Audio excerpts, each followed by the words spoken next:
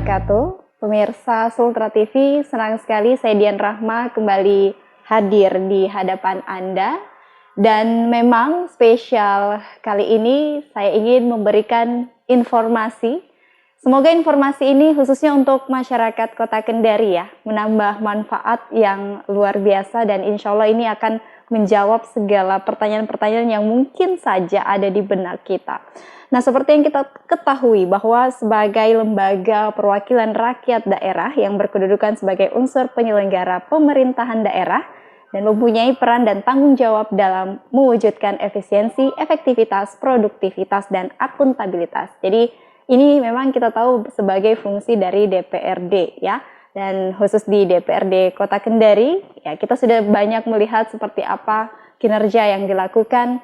Namun segelintir orang pasti masih penasaran dan ingin mengetahui sosok dari Ketua DPRD Kota Kendari. Oleh karena itu saya sudah bersama dengan Bapak Haji Subhan ST.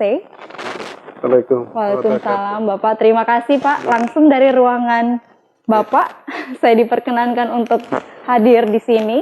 Dan semoga nanti perbincangan kita ini bisa memberi banyak masukan juga untuk masyarakat sesuai dengan program kita Dewan Menyapa, Pak. Oke.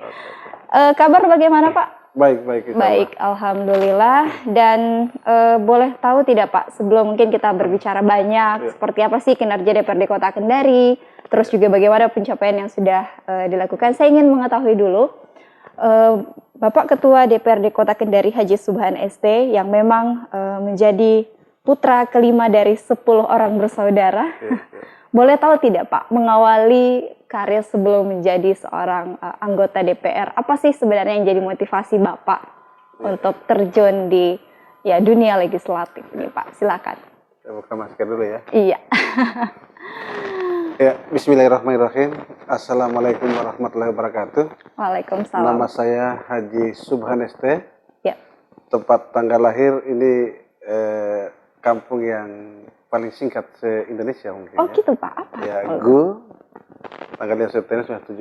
Oke. Dan istri Haja Sumiati dikaruniai anak Evan Surya Akbar yang insya Allah tahun ini tamat SMA. Ya Allah. Laki-laki, dan yang perempuan Elsa Zahra Ufera Subhan yang sekarang masuk kelas 1 SMP. Dan memang Mbak Dian seperti yang kita sampaikan tadi bahwa memang pasti apa yang menjadi harapan kita untuk masuk di lembaga yang terhormat ini. Sebenarnya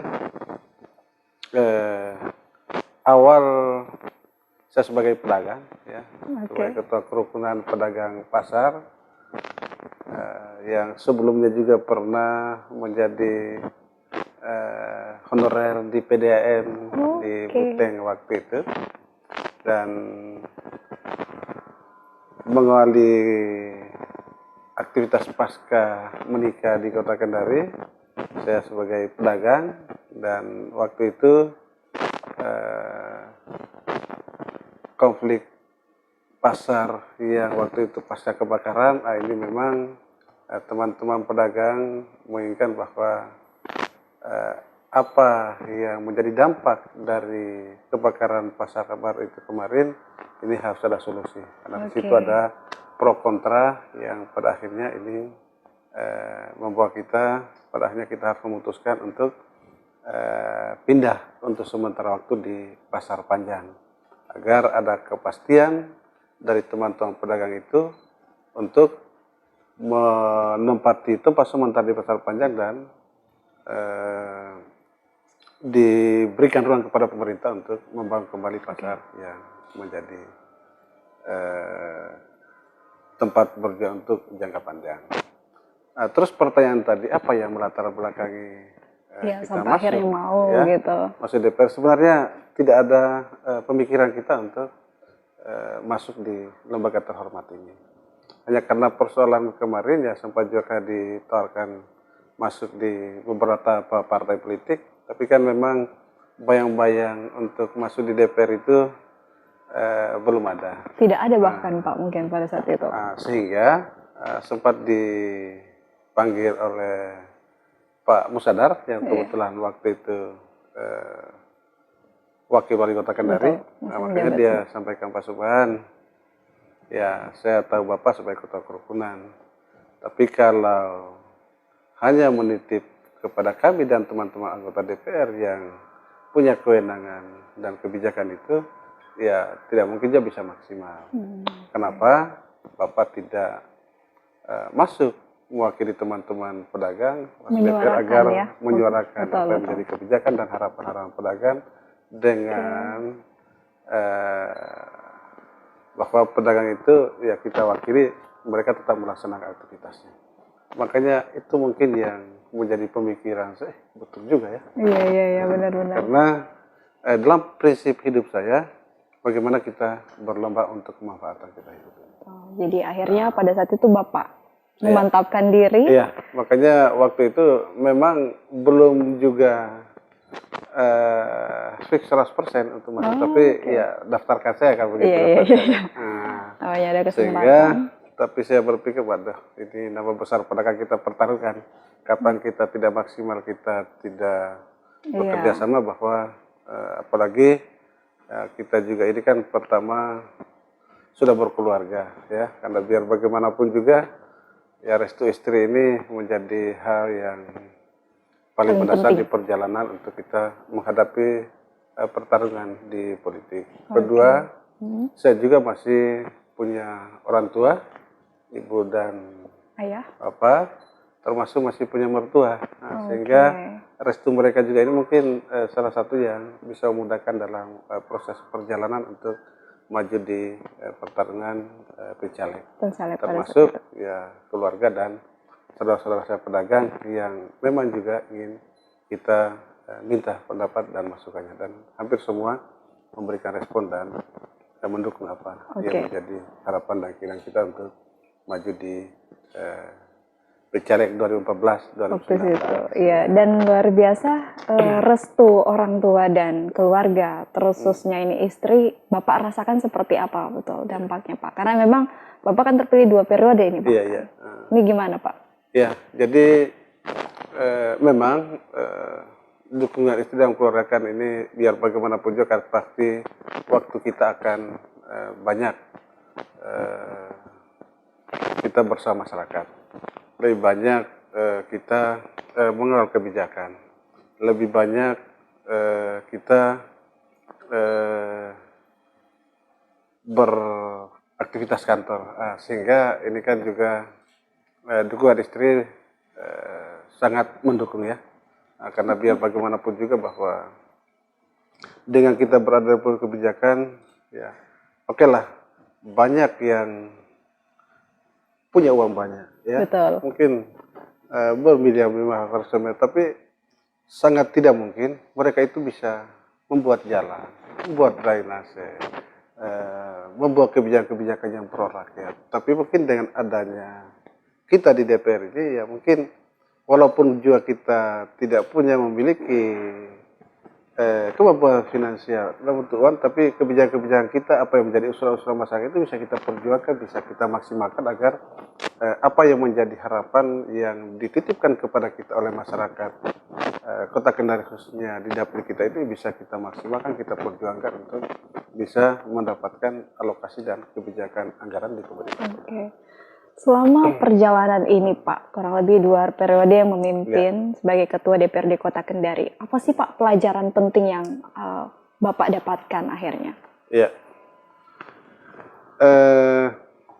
memang setelah kita berada di DPR ini kan hampir semua persoalan di masyarakat Kota Kendari ini kan terbawa ke sini, sehingga banyak kita memahami apa sebenarnya yang menjadi persoalan-persoalan yang ada di Kota Kendari ini. Kebijakan-kebijakan yang memang juga harus kita respon, termasuk penguatan aturan yang memang juga harus kita maksimalkan untuk menjadi dasar pedoman dan penguatan untuk pelaksanaan kebijakan dan persoalan-persoalan di kota ini yang kita butuhkan dan harus kita tindak lanjuti. Sehingga dengan teman-teman baik di periode pertama kita 2014-2019 maupun pas sekarang ini 2019-2024 memang ini di DPR ini ya tempat pengabdian ya. Karena ya memang kita selalu dihadapkan dengan persoalan dari semua Dari A sampai Z dari kayaknya A Pak ya. sampai Z dan itu bisa beda sehingga ini Oke. juga menjadikan kita harus banyak belajar, harus banyak berdiskusi, harus banyak bersilaturahmi karena tidak mungkin kita mengetahui semua apa yang menjadi persoalan ini. Terkadang juga kalau bahwa ada agenda RDP dan pertemuan-pertemuan pasti kita juga pasti harus belajar, harus membaca, harus memahami. Karena sangat tidak mungkin bahwa yang datang membawa masalah itu harus lebih Iya, betul Pak. hebat dari kita dan kita tidak memahami persoalannya. Setidaknya aturan dan langkah serta apa yang bisa kita maksimalkan sebagai fungsi kita bahwa bagaimana kita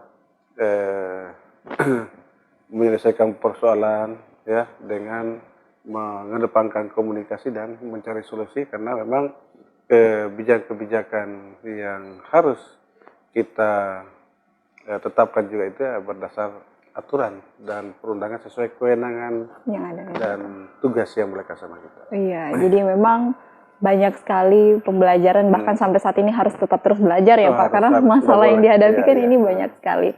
Nah, sempat tadi mendengar cerita Bapak Ketua bahwa berawal dari Ketua Kerukunan Pedagang, Iya. akhirnya memang diberi amanah untuk menjadi Ketua DPRD. Kan berawal berarti Bapak sempat merasakan menjadi masyarakat dan sekarang akhirnya tempat para aduan masyarakat Iya, nih di sini.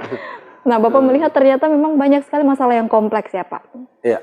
Gitu. Seperti apa Bapak menanggapi hal ini? Jadi persoalan-persoalan yang ada di kota ini baik yang dibawa langsung oleh perwakilan masyarakat untuk menyampaikan aspirasi ya DPR Kota Kendari atau pada saat kita berada di tengah masyarakat, pada saat kita reses, pada saat kita dalam kegiatan kunjungan baik di luar ataupun juga di masyarakat ini memang kita banyak mendengar ya apa yang menjadi kondisi-kondisi yang ada di Kota Kendari ini, apalagi kebijakan program pembangunan baik ini dari hasil musrembang, baik tingkat kelurahan, kecamatan sampai tingkat kota. Nah, ini kan juga harapan masyarakat ya bagaimana ini bisa terakomodir. Iya. Nah, sehingga dari beberapa usulan terkadang mereka kenapa tidak pernah ini bisa dijawab dengan anggaran begitu kebijakan anggaran. Betul. Tapi harus kita pahami bahwa memang setiap pemimpin baik eksekutif legislatif itu menginginkan bahwa apa yang menjadi usulan masyarakat itu bisa terakomodir terjawab dengan kebijakan anggaran yang di kota itu. Tapi kembali kita juga berpikir bahwa kemampuan anggaran kita yang terbatas. Iya. Nah, sehingga mana yang lebih prioritas yang sesuai dengan visi misi dari setiap kepala daerah, apa yang menjadi kebijakan rencana jangka pendek, jangka menengah, jangka panjang ini yang harus menjadi pedoman kita untuk bagaimana kita berada di jalur kebijakan yang menjadi target dari setiap perjalanan kepala daerah.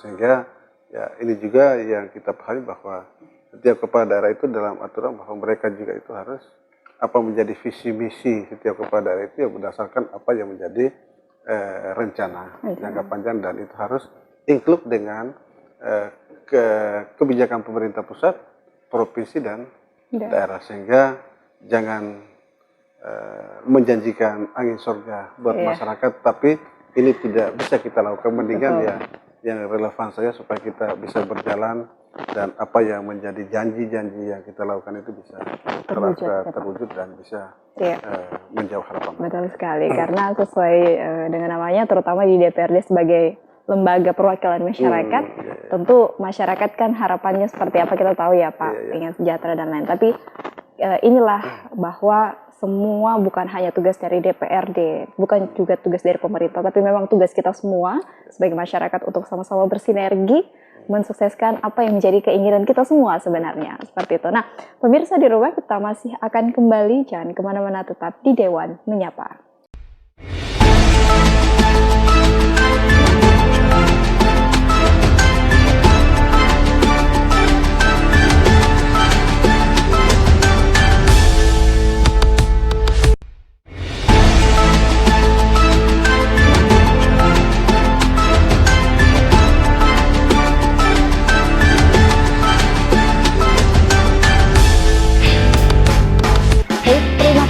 Pemirsa Sultra TV, kita masih kembali lagi bersama juga dengan Bapak Haji Subhan ST selaku Ketua DPRD Kota Kendari. Luar biasa, jujur Pak, saya menjadi mendengar cerita Bapak di awal bahwa tidak pernah terfikirkan sampai akhirnya menjadi Ketua DPRD Kota 2 periode. Nah, ini kan berarti masyarakat masih terus memberikan amanah kepada Bapak, insya Allah sebagai lembaga perwakilan rakyat yang insya Allah semoga permasalahan-permasalahan yang ditemui di kalangan masyarakat ini bisa sama-sama diselesaikan. Tentu pasti berbeda-beda ya Pak upaya penyelesaiannya. Nah, tetapi Bapak tentu tidak bisa bekerja sendiri. Oleh karena itu Bapak bersama anggota jajaran yang lain juga sudah memiliki masing-masing bidangnya. Bahkan kita tahu ada yang namanya alat kelengkapan dewan ya Pak ya, betul. Nah, tapi sebelumnya saya meminta tanggapan Bapak dulu selaku unsur pimpinan melihat saat ini khususnya mungkin di internal anggota DPRD Kota Kendari, seperti apa Pak bentuk kolaborasi yang dilakukan? Silakan Pak. Jadi DPR Kota Kendari yang pasca pelantikan kemarin itu kan berjumlah 35 orang. Yang terdiri dari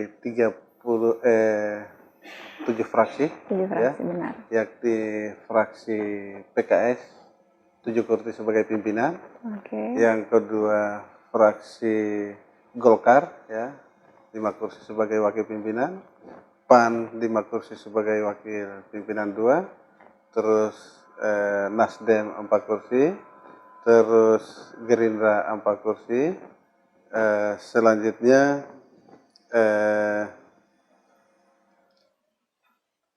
ada juga fraksi gabungan, yaitu PKB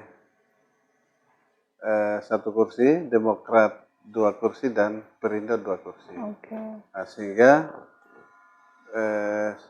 sudah semua ya? 7 fraksi. Nah, sehingga dari 7 fraksi ini dan terbagi beberapa alat kelengkapan. Yaitu Ketua Komisi 1 yang membidangi pemerintahan dan hukum, itu Rizky Berlian Pagala bersama anggota. Kedua Komisi 2 yaitu mengenai perekonomian keuangan, itu Haji Anies Nurif dari PD Perjuangan. Yang ketiga Komisi 3 yaitu pembangunan infrastruktur, itu jadi dari Komisi 3. Dan masih ada lagi alat kelengkapan lain yaitu Perda,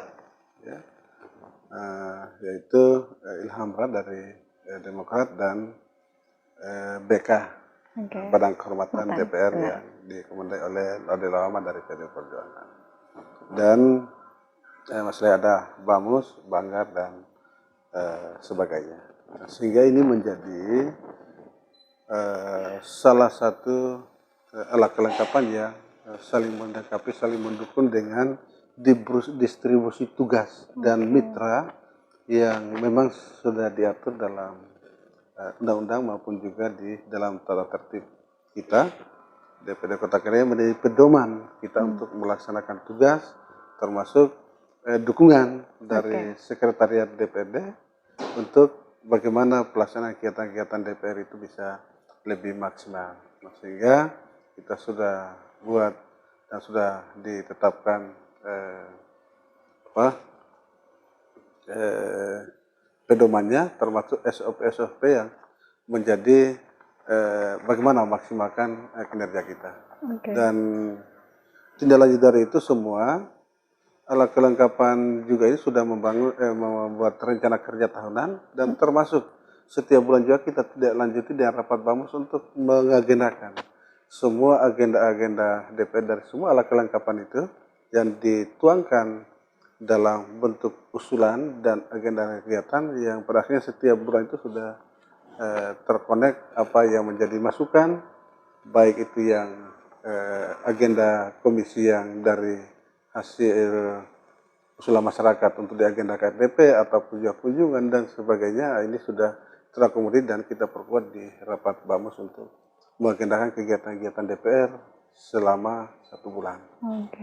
Termasuk agenda-agenda yang memang sudah diatur oleh undang-undang, dan kita juga sudah membuat kalender kalender legislatif yang menjadwalkan semua kegiatan-kegiatan DPR yang diatur undang-undang. Umpamanya pembahasan anggaran, perubahan APBD induk dan sebagainya itu sudah kita atur. Sehingga SOP inilah yang menjadi acuan kita, termasuk agenda-agenda lain yang hasil usulan masyarakat dan hasil kunjungan teman-teman di bawah konstituen, ini yang kita agendakan dan selalu menjadi pedoman kami dalam setiap kegiatan dan aktivitas keseharian kami di DPR. Oke, jadi memang sudah membentuk agenda-agenda ya Pak ya? Semua di sini sudah teragenda dan luar biasa. Itu dijadwal agar apa yang menjadi tujuan dari agenda itu bisa lebih maksimal dan apa yang menjadi aspirasi masyarakat yang dibawa ke DPR itu bisa menjadi jembatan untuk menyelesaikan permasalahan. Nah, itu bagian dari sumpah janji yang sudah kami ucapkan pada saat pelantikan, bahwa bagaimana mengawal aspirasi masyarakat. Nah, inilah yang memang kita tahu bahwa memang kan kembali lagi bahwa masalah di masyarakat ini begitu banyak. Nah, tapi sebelum lebih lanjut, Bapak boleh tahu tidak program-program yang, kalau tadi kan agenda semua sudah tersusun.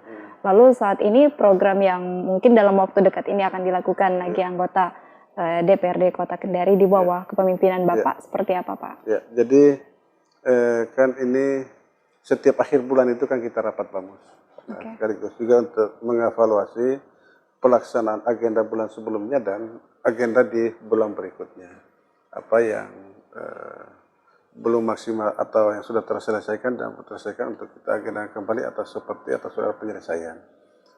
Sehingga ini kan sudah bulan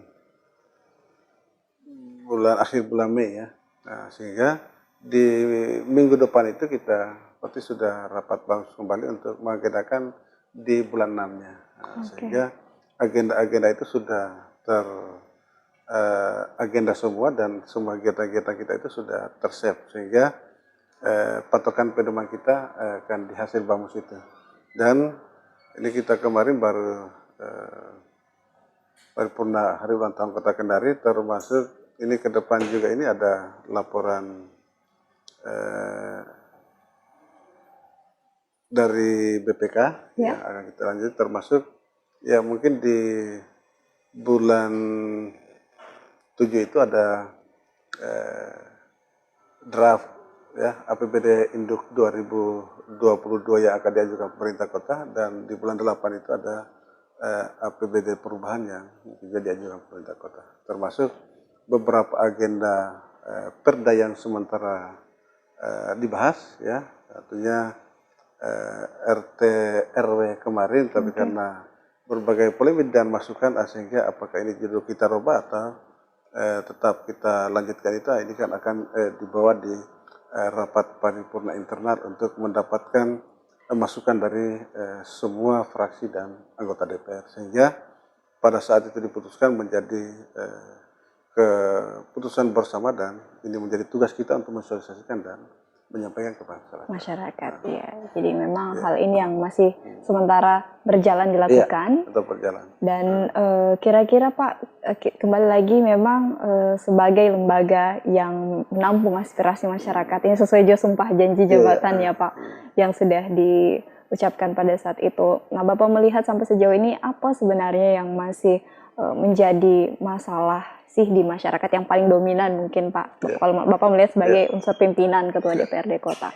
Jadi yang paling dominan sesuai kan kita semua kita evaluasi juga, ini semua yang masuk dari aspirasi masyarakat itu apa saja. Rata-rata yang paling banyak itu adalah persoalan ketenagakerjaan, Oke. ya, pemberhentian tenaga kerja sepihak dari perusahaan-perusahaan dan eh, persoalan-persoalan ya yang menyangkut pembangunan infrastruktur, ya, termasuk ya yang paling sering juga kemarin ini masalah tenaga honorer, ya, Oke. karena biar bagaimanapun juga hak mereka untuk mendapatkan penghargaan dari pemerintah dari perjuangan panjang mereka sebagai tenaga honorer, ya mungkin dengan kebijakan pemerintah untuk mendapatkan status sebagai P3K, nah ini juga menjadi bagian-bagian dari harapan mereka dan menjadi eh, komitmen kita untuk bagaimana mengawal ini agar mereka juga bisa menjadi bagian yang Iya, ingin berkontribusi dalam pembangunan di Kota Kendari, dari baik sumber daya manusia benar. dan eh, potensi-potensi lain yang bisa kita kembangkan. Iya, Pak. Kalau tadi membahas tentang masalah tenaga honorer, teringat tidak, Pak? Kan sempat juga tadi menjadi Iya, iya, tenaga iya. honorer. Flashback kembali tidak ke masa lalu ini, Pak? Iya. Jadi ya semua ini kan bagian perjalanan yang pada akhirnya ini membuat kita lebih Benar. banyak mengetahui banyak hal, baik itu eh, peraturan-peraturan yang Betul. menjadi landasan dari setiap kebijakan yang kita lakukan ataupun juga kondisi teknis di lapangan yang perlu juga harus kita pahami. Nah, sehingga mereka juga ini ya memang menjadi bagian dari tanggung jawab dan memang juga itu sudah diatur dan kita sudah melakukan langkah-langkah dengan berkonsultasi dengan pemerintah pusat, Oke. termasuk instansi terkait agar bagaimana ini juga menjadi perhatian dan insya Allah tahun ini kita menjadi jatah penerimaan P3K kita itu hampir 400 ya. Wow, Sehingga cukup banyak. ini membuka ruang buat teman-teman untuk bisa terakomodir karena jumlah tenaga honorer kita aja kan sebenarnya sudah eh, kemarin kan semua tinggal satu kali lagi pangkat dan Iya, sudah betul. selesai ini honorer kita, tapi karena kebijakan pemerintah pusat maka kita tunduk taat dengan apa yang Oke. menjadi kebijakan pemerintah, tapi tetap kita lakukan langkah-langkah upaya untuk menyelesaikan ini semua agar bisa eh, sesuai kewenangan Betul. dan tupoksi kita bisa kita maksimalkan. Iya, dan kira-kira Pak, sampai sejauh ini apa sih sebenarnya masih mungkin menjadi tantangan atau perhatian yang dilihat juga dari DPRD Kota Kendari yang harus memang siap dihadapi nih Pak? Gimana Pak kira-kira? Iya, kalau persoalan tantangan itu kan setiap saat kita ini harus siap. Ya. Keberadaan kita untuk berada di lembaga ini menjadi suatu kehormatan, menjadi tantangan, menjadi tanggung jawab untuk bagaimana kemanfaatan kita bermanfaat di tengah masyarakat dan bisa mengawal aspirasi masyarakat itu merupakan kehormatan. Sehingga apa yang menjadi tugas kita sebagai fungsi yang melekat kepada kita, yaitu fungsi legislasi, fungsi anggaran dan fungsi pengawasan, dan ini menjadi tugas ya yang harus kita laksanakan sehingga kebijakan-kebijakan dan di periode ini di 2019-2024 ini di 1 tahun lebih ini kita sudah 14 perda yang sudah kita tetapkan. Oke.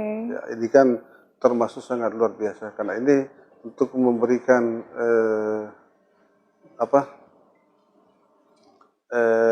penguatan kepada pemerintah sebagai pelaksana perda agar yang berkaitan dengan perda retribusi dan sebagainya atau yang menjadi usulan pemerintah kota atau inisiatif DPR ini betul-betul kita maksimalkan.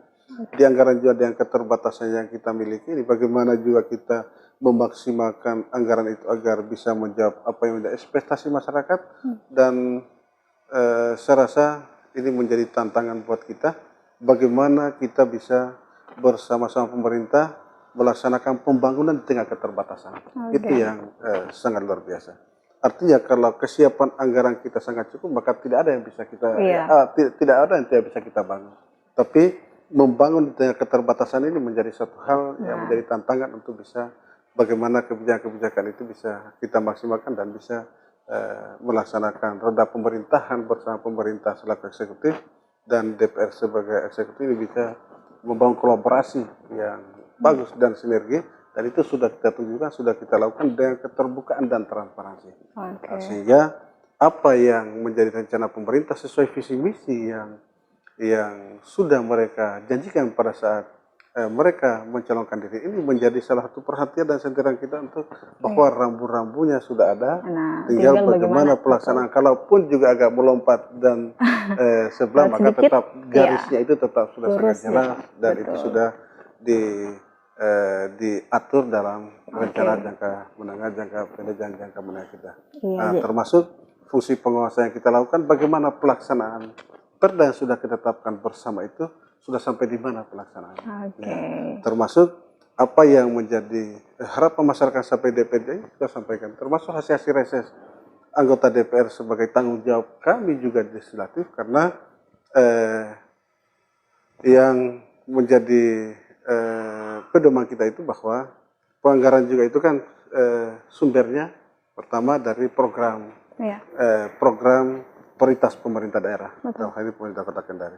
Kedua, hasil musrembang ya dari pemerintah kota, dan ketiga itu adalah hasil reses anggota DPR yang kita padukan untuk menjadi satu kebijakan anggaran yang bisa menjawab apa yang menjadi harapan masyarakat yang selama ini diamanahkan kepada pemerintah dalam hal ini eksekutif maupun juga legislatif dan DPR. Oke. Makanya itu kita maksimalkan, itu menjadi komunikasi kita, dan yang paling penting lagi bahwa bersama Forkopimda ini juga menjadi salah satu komunikasi yang harus terjalin dan sinergi agar apa yang menjadi kebijakan-kebijakan dari bisa berjalan seperti yang kita inginkan, termasuk dukungan dan masukan dari masyarakat itu menjadi kunci. Iya ya, sih. Karena kembali ke situ. Iya, Pak, kembali ke muaranya. situ karena mereka juga ingin menikmati, ingin yang memberikan harapan dan amanah kepada kita, sehingga masukan termasuk kritikan mereka juga itu menjadi modal buat kita untuk berlangkah maju untuk menjawab apa menjadi harapan dan keberadaan kami di DPD Kota Kendari. Iya, yang penting kritiknya ini harus membangun ya. Iya dong. Iya. Oke, baik pemirsa di rumah, kita masih akan kembali. Jangan kemana-mana, tetap di Dewan Menyapa.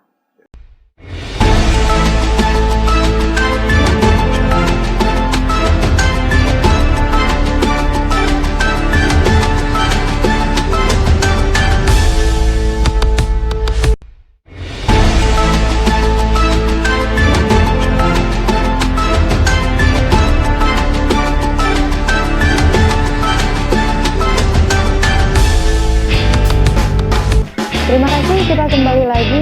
Lalu Pak, ketika tantangan sudah memang ini menjadi suatu keharusan yang dihadapi oleh seluruh jajaran anggota ini di bawah unsur kepemimpinan Bapak, lalu kira-kira Pak, keinginan atau target ke depan yang diharapkan dari DPRD Kota Kendari seperti apa sih sebenarnya untuk Kota Kendari? Silakan.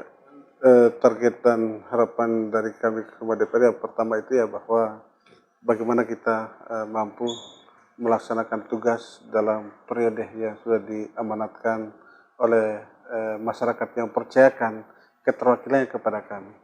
Yang kedua, bagaimana kita juga bisa melaksanakan fungsi tugas dengan sebaik-baiknya seperti amanah undang-undang, termasuk bagaimana juga kita bisa memberikan solusi dari persoalan-persoalan yang ada, baik yang di pemerintahan maupun juga di DPR, termasuk di lapangan masyarakat, ini juga menjadi niatan kami. Dan yang paling penting lagi bahwa bagaimana keberadaan kami ini menjadi kemanfaatan ya untuk lapisan masyarakat semua tingkatan, termasuk bagaimana perkembangan kota, atau apalagi kemarin di ulang tahun 190 ya, ini kan usia tidak muda, sehingga bagaimana kota juga ini bisa sejajar ataupun juga sama dengan daerah kota lain yang maju. Ini juga menjadi ekspektasi kami untuk bagaimana mengabdikan diri di kota yang kita cinta ini dengan segala sumber daya yang kita miliki, menjadi tantangan tersendiri. Makanya kita juga tidak pernah bosan belajar, berdiskusi, mendapatkan masukan, dan bagaimana juga kita membuka wawasan ya, termasuk kebijakan-kebijakan pemerintah pusat itu menjadi kewajiban kami untuk memahami, mempelajari agar ini bisa kita maksimalkan, termasuk daerah-daerah lain yang memang juga sudah melaksanakan lebih awal. Ini juga menjadi referensi kami untuk kita lihat kenapa mereka juga bisa maju seperti itu, bisa melaksanakan seperti itu.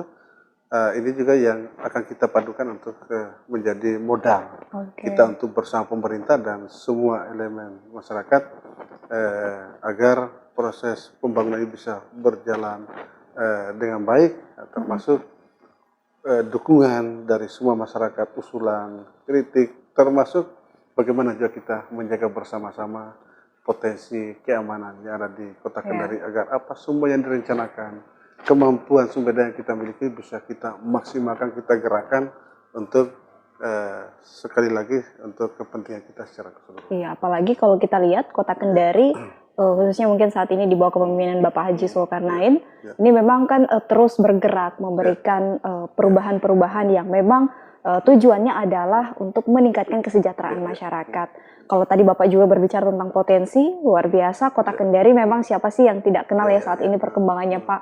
Mulai dari wisatanya, terus juga dari berbagai sektor-sektor lain memang sangat mendukung. Nah, tetapi ya itu tadi masalah-masalah yang ada di masyarakat ini juga menjadi poin-poin yang memang harus terjawabkan.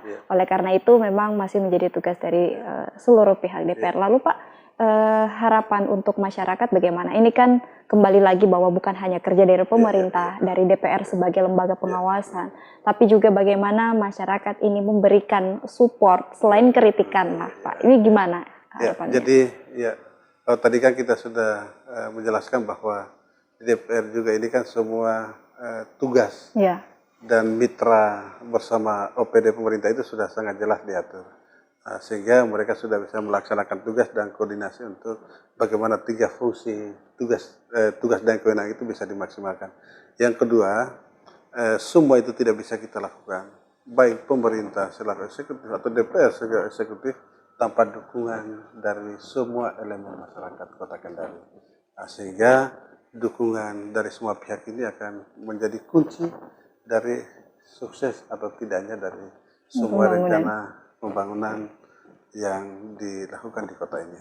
Makanya mari kita bergandengan tangan bersama-sama demi Kota Kendari yang kita cintai ini, agar suasana dan perkembangan-perkembangan yang lagi luar biasa bergeliat di kota ini, pertumbuhan ekonomi kita, pembangunan infrastruktur kita, termasuk bagaimana penanganan banjir yang sudah kita sampaikan, yang mudah-mudahan dalam waktu dekat ini kita selesaikan.